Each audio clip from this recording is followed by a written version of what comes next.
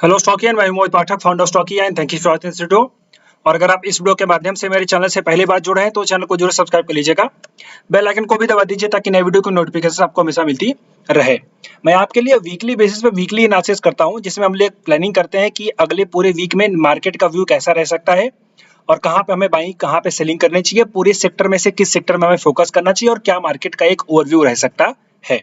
और daily basis पे आपके लिए प्री मार्केट के वीडियोस अपलोड करता हूं, जो कि जस्ट अभी अपलोड हुआ है, तो आप ये जरूर चेकआउट करिए। और अगर आप चैनल से पहली बार जुड़े हैं तो आप मेरे टेलीग्राम चैनल को जरूर ज्वाइन करें। इसकी लिंक इसी वीडियो के कमेंट बॉक्स में है, डिस्क्रिप्शन बॉक्स में भी है। और लिंक ना काम करे तो सिंपली टेलीग्राम पर जाकर के स्टॉकिया इन्वेस्ट सर्च करिए और उसमें आपको जो चैनल मिलेगा आप उसको ज्वाइन करिए। बट ये ध्यान रखिए कि स्टॉकिया इन्वेस्ट के बीच में कोई अंडरस्कोर या फिर कोई स्पेस नहीं है और 3200 समथिंग सब्सक्राइबर हैं, आप उसको ही ज्वाइन करेंगे। ओके, चलिए। सो अब हम देख लेते हैं कि मार्केट का व्यू हमारा कैसा रह सकता है, क्या हुआ पूरे मार्केट में और क्या क्या अपडेट ऐसी है जो मार्केट को हमारी इंपैक्ट कर सकती हैं और किन किन चीजों पे हमें ध्यान देना चाहिए और पूरे आने वाले हफ्ते तक मार्केट कैसा रहेगा, इनफैक्ट आने वाले अगले महीने सितंबर तक मार्केट कैसा रहेगा। ओके, चलिए। अब हम सबसे पहले देख लेते हैं कि मार्केट हमारा कैसा रहा। तो अगर हम ईयरली बेसिस की बात करें तो सबसे पहले हम एक बार ईयरली वाइज देख लेते हैं और हम समझते हैं कि मार्केट हमारा इस साल कैसा रहा। अगर हम देखें तो इस साल जो हमारा मार्केट है लगभग 13% ऊपर है, बिकॉज ये जो आपका ईयर है 2024 का है और ये जो आपका ईयर 2023 का है। तो पूरे एक साल में मार्केट ने आपको, यानी निफ्टी ने आपको 30% का रिटर्न दिया। ये कि आई थिंक ये फ्यूचर का चार्ट है, तो मैं आपको यहाँ पे कैश का दिखाता हूँ। कैश के चार्ट जो कि 14%, सो 14% का यहाँ पे इसने आपको रिटर्न दिया। एक बहुत ही अच्छा रिटर्न, डिसेंट सा रिटर्न है। अगर हम मंथली बेसिस की बात करें तो मंथली बेसिस पे मार्केट ने जो आपको है थोड़ा सा नेगेटिव रिटर्न दिया है। और अगर हम प्रीवियस मंथ के कंपैरिजन में करें तो बहुत ज्यादा नेगेटिव नहीं है, बट इसमें काफी स्टॉक्स आपके गिर गए हैं, तो ये थोड़ी सी प्रॉब्लमेटिक है। और इसके लिए जरूरी है कि आप सेक्टर रोटेशन को अच्छे से समझे, कहाँ पे बाई करना चाहिए, कहाँ पे एग्जिट करना चाहिए, आपको अच्छे से अंडरस्टैंड होना चाहिए। तो ये तो अगर हम देखें नेगेटिव बेसिस पे है, बट यहाँ पे नीचे जो फॉल आया उसमें एक अच्छी खासी रिकवरी आपको देखने को मिल रही है मंथली टाइम फ्रेम पे। यहाँ पे एक हैमर टाइप कैंडल बन रही है जो कि बुलिश हैमर कैंडल है। इसके पहले भी आपकी एक बुलिश हैमर कैंडल बनी थी, ये जो मंथ था आपका इलेक्शन का टाइम था उस टाइम पे, और मैंने आपसे बताया था कि बॉटम से आपको बाई करना है, कुछ छोड़ना नहीं है। अब अगर हम वीकली बेसिस की बात करें, वीकली बेसिस पे अगर हम देखें तो सिंपली यहाँ पे भी बुलिशनेस है और एक अच्छी खासी बुलिशनेस कि यहाँ पे एक हैमर कैंडल बनने के बाद इसका हाई ब्रेक होने के बाद कंटिन्यू कर रही है, बट यहाँ पे एक अच्छा खासा रेजिस्टेंस है। तो अब देख सकते हैं कि आगे क्या हो सकता है। सो ओवरऑल अगर हम देखें तो ईयरली, मंथली और वीकली बेसिस पे जो हमारा चार्ट है वो बुलिश है। तो पर्सनली अगर मैं देखूं तो डेटा वाइज, मतलब चार्ट वाइज जो हमारा स्टॉक है वो, मतलब मार्केट जो है वो बुलिश है। लेकिन अब ये ऐसा हुआ क्यों, जो स्लाइटली जो है छोटा सा डाउनफॉल आया उसके बाद तुरंत ये रिकवरी आई, इसके पीछे के कारण क्या थे इनको हम समझते हैं।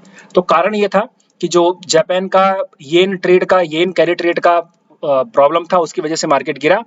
देन उसके बाद डॉलर इंडेक्स जो है आपका वो क्रैश करने लगा, और मैंने आपको अपडेट करी थी कि डॉलर इंडेक्स अगर नीचे जाएगा तो हमारा मार्केट जरूर ऊपर जाएगा, और अगर नहीं ऊपर जाता है तो बहुत ज्यादा गिरेगा नहीं। और आप देख सकते हैं कि साइडवेज होने के बाद फिर से मार्केट आपका ऊपर चला गया, और यही पूरी दुनिया के मार्केट के साथ हुआ।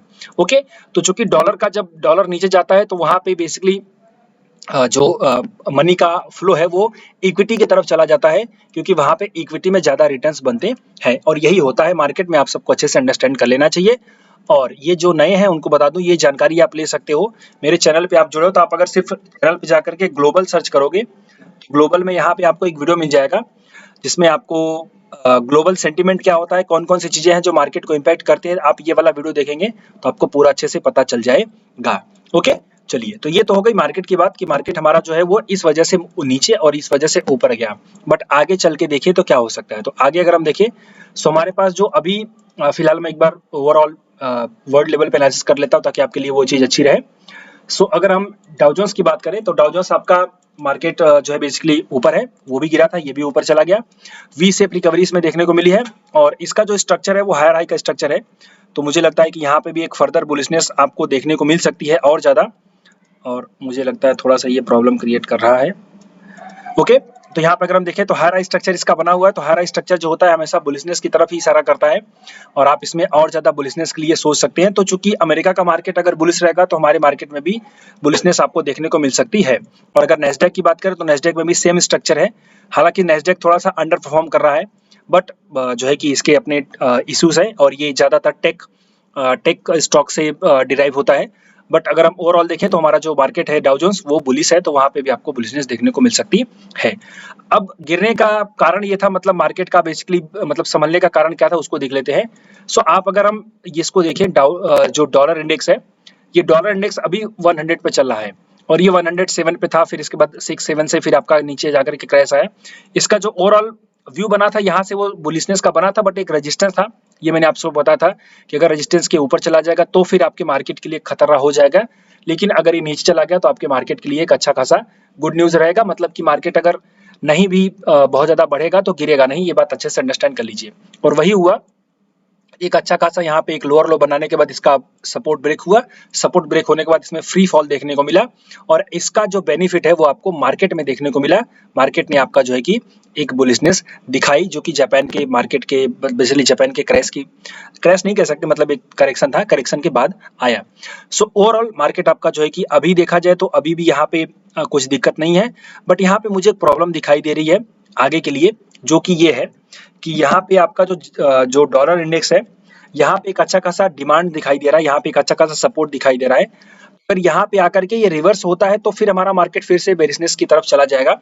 तो इससे एक व्यू निकल के आता है कि अगर वैसे एक हफ्ते की बात तो नहीं है, एक हफ्ते में ज्यादा कुछ नहीं होगा, अगर मैं आगे 2-3 महीने के और अगर इससे मैं थोड़े से प्रेडिक्शंस करना चाहूँ तो ये है कि यहाँ से आकर के ये एक बार बुलिश होगा और आपके मार्केट फिर से एक बार गिरेंगे।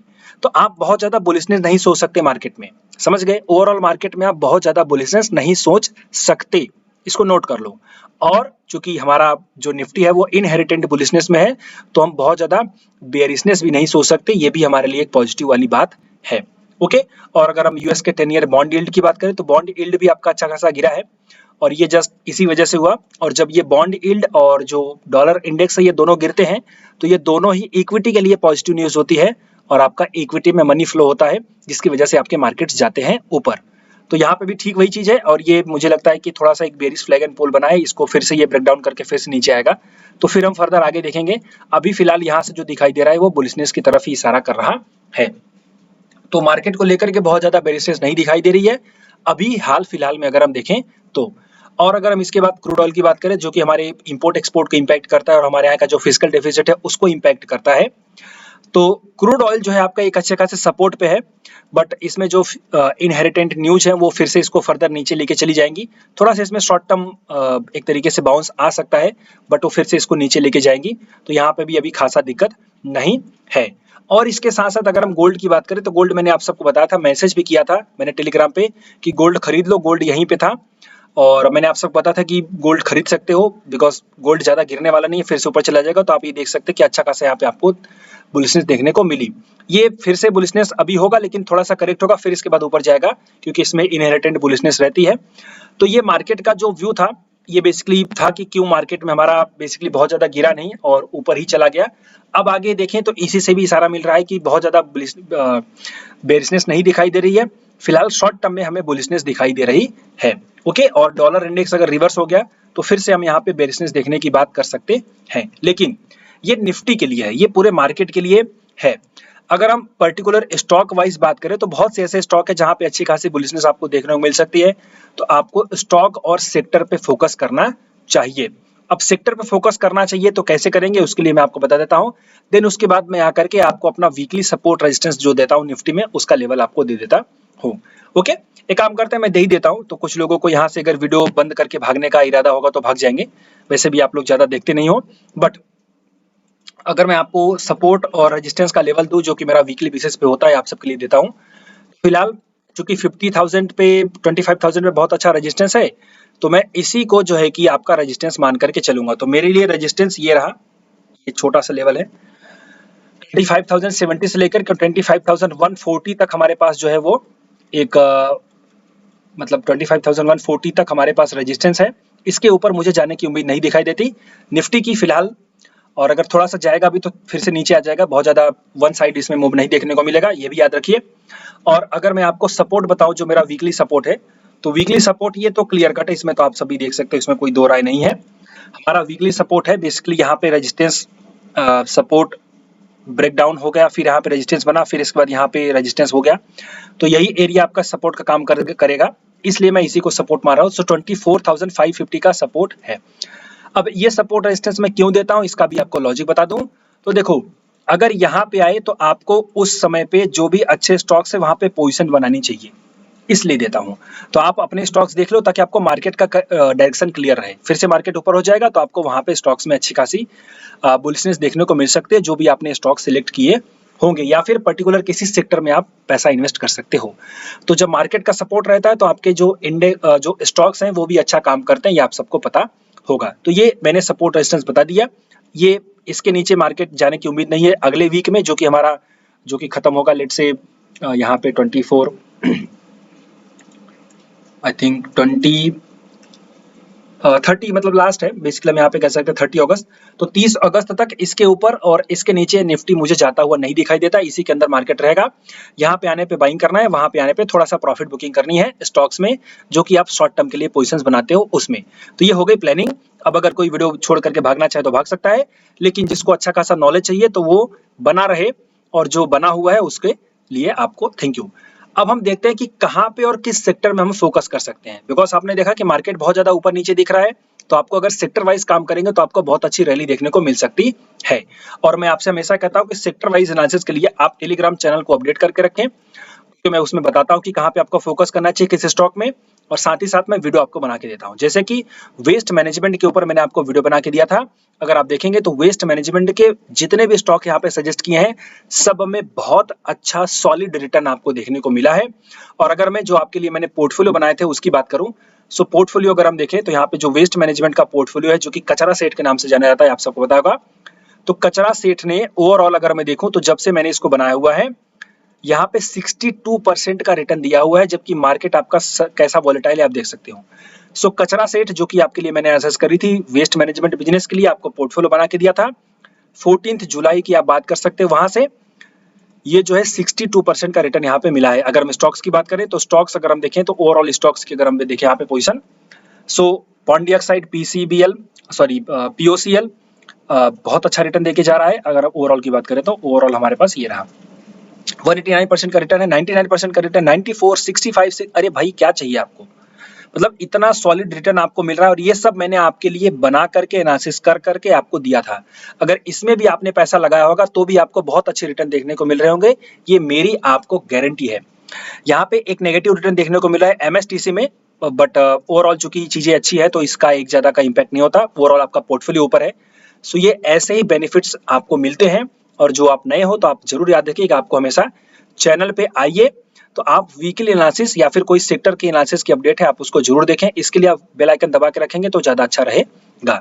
अब फिलहाल शुरू करते हैं कि कहाँ पे हम फोकस कर सकते हैं। ये तो हो गया जो की बात थी, पास्ट परफॉर्मेंस थी। फ्यूचर के बारे में हम बात करते हैं। सो सबसे पहले हम देखते हैं डेटा। डेटा अगर हम देखें तो हमारे पास सबसे पहले निफ्टी 500 इंडेक्स है। सो 500 इंडेक्स में अगर हम देखें तो आपका जो 18, ये तो खैर पिछले दिन की बात है। हम एक काम करते हैं, डेटा देखते हैं हमारे पास निफ्टी बैंक निफ्टी में जो इंडेक्स है हमारे टोटल पूरे इंडेक्स में या फिर पूरे मार्केट में जो एफआईआईज डीआईज है उनका क्या व्यू है, किस तरह से वो काम कर रहे हैं। तो अगर हम देखें यहाँ पे तो अगस्त मंथ में जो आपके एफआईआईज है वो नेट बायर हैं, आप देख सकते हो यहाँ पे। आई थिंक मैं 1 मिनट में मंथली वाइज देखूं, यहाँ पे नहीं मंथ वाइज थोड़ी सी net seller, sorry my mistake. Month basis पे अगर हम देखें तो मंथली वाइज ये नेट सेलर है, लेकिन यहाँ लेटेस्ट में ये लोग बाई कर रहे हैं। डेली बेसिस पर अगर हम देखें तो यहाँ पे बाइंग हो रही है, बट बहुत ज्यादा बाइंग नहीं है। बाइंग हमें दिखाई दे रही है हमारे डीआईएस की तरफ से। तो जो हमारे डीआईआईज हैं वो अच्छा खासा बाइंग कर रहे हैं।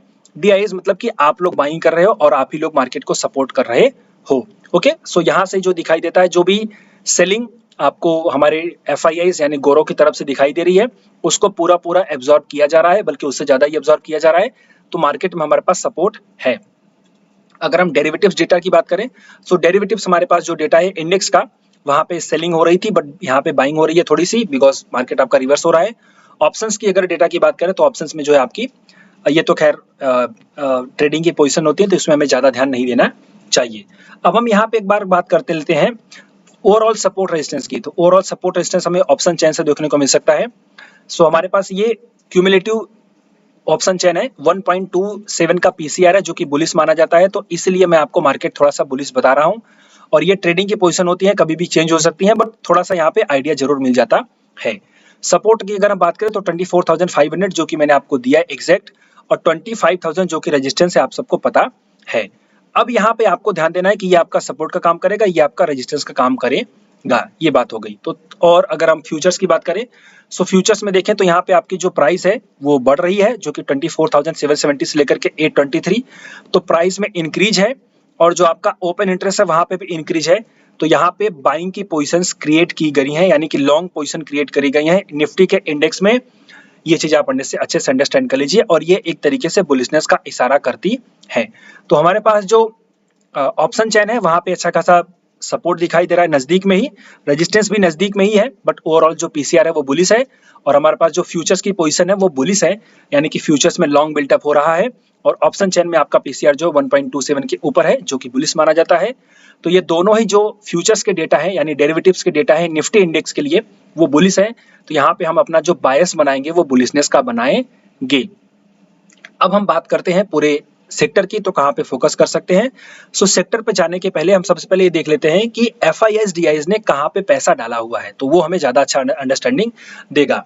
सो यहाँ पे अगर हम देखें तो जुलाई के बाद अगस्त जो कि था आपका, तो अगस्त महीने में सबसे ज्यादा पैसा जो इनफ्लो हुआ है वो हुआ है आपका हेल्थ केयर यानी फार्मा सेक्टर में। ओके, तो आपको फोकस कहां करना है, आपको फोकस करना है फार्मा सेक्टर में। फार्मा सेक्टर में कैसे फोकस करोगे उसका भी एक बहुत ही आसान तरीका बता देता हूं, कैसे स्टॉक्स निकाल सकते हो बहुत ही आसान तरीका बताता हूं, बट सबसे पहले इसको ओवरऑल क्लियर कर लेते हैं। उसके बाद जो दूसरा फोकस है कंज्यूमर, और कंज्यूमर में आपको आज से नहीं बल्कि दिसंबर से चिल्ला रहा हूं कि आप वहां पे फोकस जरूर करिए। एफएमसीजी में थोड़ी सी सेलिंग करने के बाद फिर से यहाँ पे एफएमसीजी में बाइंग हो रही है, तो वहां पे भी आप फोकस करेंगे। पावर सेक्टर में सेलिंग कंटिन्यू चालू थी, बट अब यहाँ पे देखा जाए तो पावर सेक्टर में इनका इन्वेस्टमेंट हो रखा है, तो ये एक तरीके से जो सरप्राइज मूव है आप यहाँ पे जरूर अंडरस्टैंड कर सकते हैं। सो ऐसे स्टॉक जो रिसेंटली ही अपमूव दिए हैं वहां पे आपको फोकस करना चाहिए पावर सेक्टर के स्टॉक में। अगर हम टेलीकम्युनिकेशन की बात करें तो ये तो मेरा फेवरेट है, मैं आप सबको बता चुका हूँ बहुत पहले से, और बहुत अच्छा हमने इसमें रिटर्न कमाया हुआ है। अच्छे अच्छे स्टॉक्स हमने दिए हैं, डबल डबल हो गए हैं, मैंने आपके लिए वीडियोस भी बनाए हैं बहुत ज्यादा स्टॉक्स के लिए, तो आप सब उसको सरप्राइज यूज कर रहे हो। इसमें अभी भी बुलिशनेस है, बट यहाँ पे थोड़ी सी इन्वेस्टमेंट हुई है, बट ये कंटिन्यू फ्लो बना ही हुआ है, तो हम इसको पॉजिटिव साइड ही लेंगे। अदर्स की बात करें तो इसको बात नहीं कर सकते। टेक्सटाइल में छोटा सा मूवमेंट आया, तो टेक्सटाइल में आप, जैसे कि मैंने आपके लिए एक स्टॉक की रिसर्च भी करी थी, I think Indo count industry थी, उसके लिए वीडियो मैंने बनाया था, तो आप वो भी देखिए। तो ऐसे पर्टिकुलर स्टॉक वाइज आपको देख सकते हैं, बट जो मेन खेला हो रहा है वो मेन खेला हो रहा है आपका हेल्थ केयर में, कंज्यूमर सर्विस में, एफएमसीजी में, पावर में। तो आपको इन सेक्टर में फोकस करना चाहिए, ये आप अच्छे से अंडरस्टैंड कर लीजिए। उसमें भी सरप्राइज जो मूव है वो एफएमसीजी है और पावर है, तो एफएमसीजी और पावर में आपको जरूर ध्यान देना चाहिए अगर आपको पावर पैक्ड रिटर्न चाहिए तो यहां से अंडरस्टैंडिंग क्या निकल के आती है कि कहां पे पैसा बना हुआ है। अब इसके साथ साथ हम देख लेते हैं कि जो मनी का फ्लो है इसके साथ साथ परफॉर्मेंस कहां पे आई है। तो परफॉर्मेंस के लिए हम देख सकते हैं इंडाइसेस में अगर हम जाएंगे। अच्छा, बाय द वे आपको बता दूं ये स्टॉकेज का प्लेटफॉर्म है, अगर ये आपको नहीं पता है तो आप इसको जरूर यूज करें, बहुत ही अच्छा प्लेटफॉर्म है। अभी इन्होंने नया भी बना दिया है, तो मैं पुराना वाला यूज करता हूँ क्योंकि मैं उसमें थोड़ा सा यूजफुल हूँ, मतलब यूज टू हूँ। तो आप इसकी लिंक जो है इसी वीडियो का वीडियो में कमेंट बॉक्स में है, डिस्क्रिप्शन में भी है, आप उसको यूज कर सकते हैं। और ये किसका प्लेटफॉर्म है आप सबको पता है, बहुत ही अच्छा प्लेटफॉर्म है। सो अब हम देखते हैं आगे। तो अगर हम देखें तो गेनर्स की बात करें तो फिलहाल हम मंथली वाइज चलते हैं, मंथ छोड़ते हैं, 3 मंथ की बात करते हैं। सबसे पहले 3 मंथ के बेसिस पे अगर हम देखें तो हमें आईटी इंडेक्स ने बहुत अच्छा रिटर्न दिया, और मैंने आपको बहुत अच्छे स्टॉक के बताए भी थे, आपको अच्छा खासा रिटर्न मिला होगा। इसके बाद जो लिक्विड 50 है उन्होंने रिटर्न दिया, बट हम सेक्टर की बात करते हैं तो डिजिटल इंडिया इंडेक्स ने अच्छा खासा रिटर्न दिया। इसमें मेरी एसआईपी भी चल रही है, आप सबको पता होगा, और मैं आपको हमेशा से ही टाटा डिजिटल इंडिया फंड की एसआईपी के बारे में बताता हूँ, और मेरी भी इन्वेस्टमेंट इसमें चल रही है अच्छी खासी, बल्कि मैं तो जब गिरता है तो और ज्यादा खरीद लेता हूँ। अच्छा, ये सब चीजें आपको नहीं पता है तो आपको एक जानकारी दे दूं कि मेरी क्लासेस चलती रहती हैं, आप उसको ज्वाइन कर सकते हैं। वहां पे मैं ये सब चीजें जरूर सिखाता हूं ताकि आपको ये सब चीजें अंडरस्टैंड हो सके, और क्लासेस ज्वाइन करने से आप जुड़ जाते हो मुझसे, जो कि मेरी मेंटरशिप की सर्विस भी आपको मिल जाती है, और वो आपको अपडेट्स वहां पे मिलता रहता है। तो आप इसके लिए ये वीडियो जरूर देखिएगा, इस वीडियो में पूरी डिटेल है। अगली बैच 20 नवंबर, थोड़ा सा दूर है, मैं आपसे माफी चाहूंगा क्योंकि 2-2 महीने में बैचेस चलती रहती हैं, इसलिए। तो ये करंट बैच 20 अगस्त से चालू है, आप इसको अगर ज्वाइन करना चाहते हैं तो आप एक बार जानकारी ले सकते हैं, हो सकता है आपको एडमिशन मिल जाए। सो 20 अगस्त को ये बैच चालू हो चुकी है, अगली जो होगी नवंबर में होगी, और ये 2024 की लास्ट बैच होगी, आप इसको भी अच्छे से अंडरस्टैंड कर लीजिए। अब हम बात करते हैं डेटा के साथ साथ अपने सेक्टर की। तो जो आईटी इंडेक्स है वहां पे अच्छा खासा रिटर्न देखने को मिला है, साथ ही साथ डिजिटल इंडिया इंडेक्स में मिला है। और अगर हम सेक्टोरल बात करें तो हमें फार्मा इंडेक्स में बहुत अच्छा रिटर्न देखने को मिला है, जो कि है 3 महीने में 16% का। अब आप सोचो, और mid cap small cap pharma में भी आपको 17% का रिटर्न मिला है। तो यहाँ से आपको एक क्लू मिल जा रहा है, मिल रहा है कि नहीं मिल रहा है? क्लू क्या है?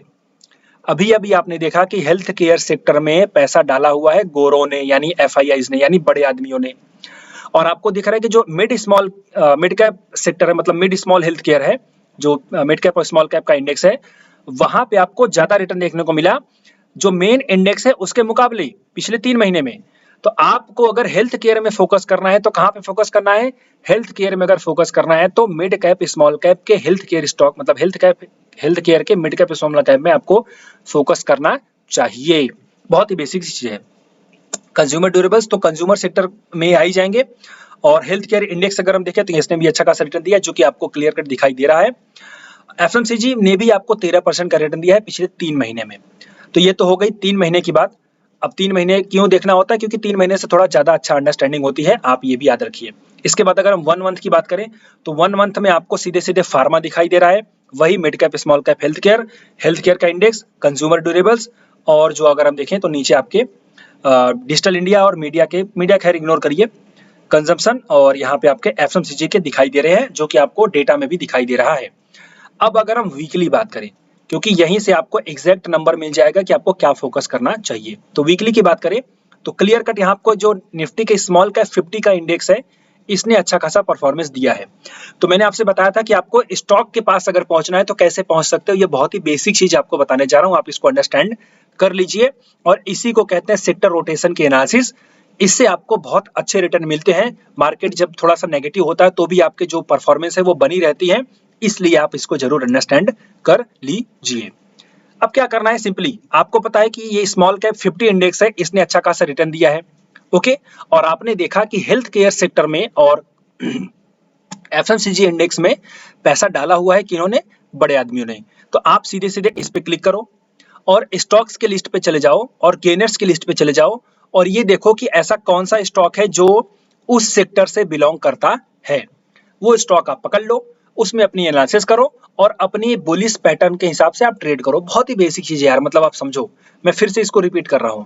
आप सबसे पहले ये देखो कि कहां पे बड़े लोगों ने पैसा डाला हुआ है, उसके बाद कौन से इंडेक्स ने परफॉर्म किया है, इन दोनों में से क्लब करो कि जहां पे पैसा डाला है और जिसने परफॉर्म किया है उसकी लिस्ट बना लो।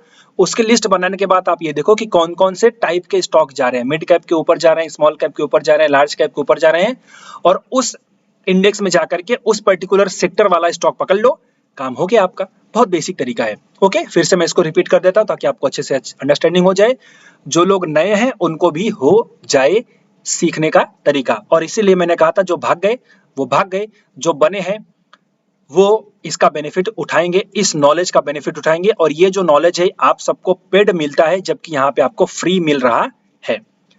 तो अब यहाँ पे इस वीडियो में अभी तक जो बने हैं वो एक बार जरूर लाइक कर दीजिएगा, और कमेंट बॉक्स में मुझे बताइए कि आप लास्ट तक रुके थे या फिर नहीं रुके थे, ओके। तो चलिए शुरुआत कर देते हैं कि आप कैसे करोगे। सबसे पहले आप ये देखो कि कहाँ पे आपका पैसा डाला हुआ है, जो है कि सॉरी, यहाँ एफआईआईडीआई में जाइए, सेक्टोरल एक्टिविटी में जाइए, और ये नोट करिए कि कहाँ पे पैसा लगा हुआ है एफआईआईज एंड डीआईज का। तो आपको हेल्थ केयर मिलेगा, कंज्यूमर सर्विस मिलेगी, और एफएमसीजी मिलेगी, पावर मिलेगा, टेलीकम्युनिकेशन मिलेगा। तो फोकस हमारा कहाँ पे है? हेल्थ केयर और पावर और एफएमसीजी में। ये हो गया। अब इसके बाद आप क्या करिए, आप जाइए इंडाइसिस सेक्शन में। इंडाइसिस सेक्शन में जाने के बाद गेनर्स पे क्लिक करिए और 1 वीक गेनर पे क्लिक करिए, क्योंकि आपको लेटेस्ट में चाहिए। तो लेटेस्ट वाला आपको दिखेगा स्मॉल कैप 50, माइक्रो कैप 250 और स्मॉल कैप 100 और स्मॉल कैप 250। मेटल है तो मेटल को इग्नोर करिए, कंज्यूमर ड्यूरेबल्स हैं। तो अब आपको सिंपली क्या करना है, जैसे स्मॉल कैप 50 है इस पे आप क्लिक करो, इस पे क्लिक करके इसके स्टॉक वाले सेक्शन में जाओ और यहाँ पे गेनर्स पे क्लिक करो और 1 वीक कर दो। और फिर देखो कि कौन सा ऐसा स्टॉक है जो हेल्थ केयर से बिलोंग करता है, पावर से बिलोंग करता है और एफएमसीजी से बिलोंग करता है।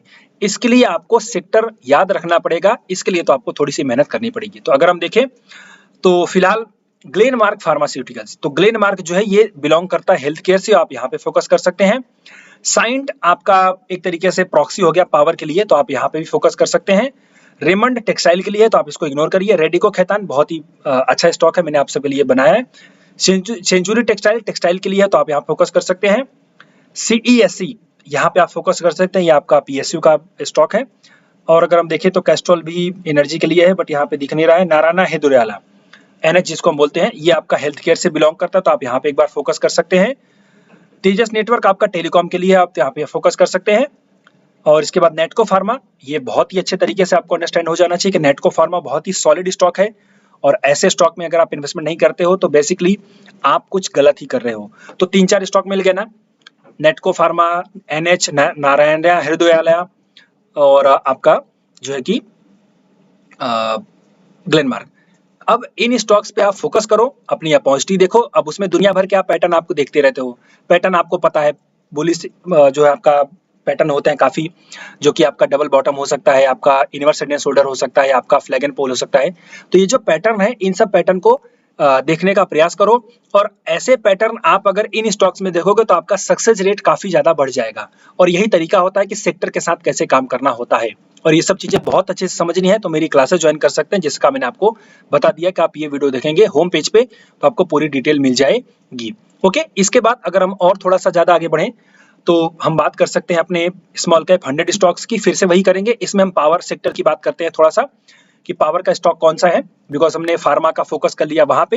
हालांकि यहाँ पे भी फार्मा ले सकते हैं, ऐसा कोई दिक्कत नहीं है, बट यहाँ पे हम थोड़ा पावर की तरफ फोकस करेंगे। तो 1 वीक के बेसिस पे देखें, सो निफ्टी का स्मॉल कैप 100 इंडेक्स है, इसने 5% का रिटर्न दिया है। तो सीडीएसएल खैर ठीक है, एंजल वन ठीक है, आईएफएल, एचएफसीएल टेलीकॉम से बिलोंग करता है, और ये मैंने आप सबको बहुत पहले बताया हुआ है, 17 रुपए पे दिया था, अभी तक होल्ड करवा के रखा हुआ है। ग्लेनमार्क फिर से वही उसमें आ रहा है, वेल्सपन, साइंट, रेडिको सेम चीज वही है, आई थिंक मुझे लगता है। चूंकि हमने मिड एंड स्मॉल देखा तो स्मॉल कैप यहाँ से है तो वही चीजें दिखेंगी। एक बार हम क्या करते हैं, इसको बाईपास करते हैं, हम जाते हैं थोड़ा सा दूसरे इंडेक्स में। तो थोड़ा सा अगर हम चले मोमेंटम 30 के बाद अगर हम देखें, बेसिकली चलिए पर्टिकुलर सेक्टर को ही देख लेते हैं हम यहाँ पे, तो सेक्टर ये हमें क्लियर हो जाएगा। सो अगर हम फार्मा सेक्टर की बात करें तो फार्मा सेक्टर हमारे पास जो है वो एफएमसीजी एक बार दिख रहा है, तो एफएमसीजी को हम देख लेते हैं। सो एफएमसीजी में जो स्टॉक्स हैं उसमें गेनर्स जहाँ पे ज्यादा है 1 वीक में, तो आपका बलरामपुर चीनी, चीनी का बेसिकली है, और रेडिको खैतान आप यहाँ पे फोकस कर सकते हैं। एफएमसीजी में है स्टॉक, और आपका चूंकि ये चल भी रहा है तो आप यहाँ पे एक बार जरूर फोकस कर सकते हैं। वीबीएल फोकस कर सकते हैं, सेम सेक्टर है। डाबर, आप डाबर में फोकस कर सकते हैं, बहुत अच्छी खासी इसमें अच्छी खासी ग्रोथ देखने को मिली। यूबीएल, तो तीनों ही सेम। अब देखो एफएमसीजी में रेडिको, वरुण बेवरेजेस और यूनाइटेड बेवरेजेस, ये तीन के तीनों ही सेम सेक्टर से बिलोंग करते हैं, दारू। अब दारू में अगर आपको बुलिशनेस दिखाई दे रही है तो आप वहां पे फोकस करते क्यों नहीं भैया, वहां पे काम करो ना। तो इस तरह से आप कर सकते हो। बाय द वे मैं आपको ये प्रोसेस बता दे रहा हूँ, आप स्टॉक्स पे जाइए, वहां पे अपने चार्ट्स की जो है बुलिशनेस पैटर्न को ध्यान दीजिए। सेक्टर के बारे में मैंने आपको बता दिया कि कहाँ पे आपको फोकस करना चाहिए, ये सब मैंने आपको बता दिया, और ये सब आगे आने वाले 1-2 महीनों तक आप फोकस करते रहिए। और ये अपडेट थी वीकली एनालिसिस प्लस किस सेक्टर पे कहाँ पे आपको फोकस करना चाहिए। सो अगर वीडियो अच्छा लगा हो, नॉलेज आपको कुछ मिला हो, एक्स्ट्रा हट के नॉलेज मिला हो, तो आप जरूर चैनल को लाइक सब्सक्राइब कर लीजिए, वीडियो को लाइक जरूर करिए, अपने दोस्तों के साथ शेयर करिए। थोड़ा सा वीडियो लंबा हो गया, इसके लिए माफी चाहता हूँ, क्योंकि मैं 2 मिनट का मैगी बना करके आपको ज्ञान नहीं देता, मैं पूरा जो भी समझाता हूँ अच्छे से समझाता हूँ। हाँ, मेहनत करिए, कोई कंफ्यूजन हो इसमें, सर जी मुझे नहीं समझ में आया, तो आप मेरा नंबर यहाँ पे है, आप इस पे ट्राई कर सकते हैं, अपने डाउट्स का आंसर ले सकते हैं। सो फिलहाल इस वीडियो में अभी के लिए इतना ही। Thank you and wishing you all the best.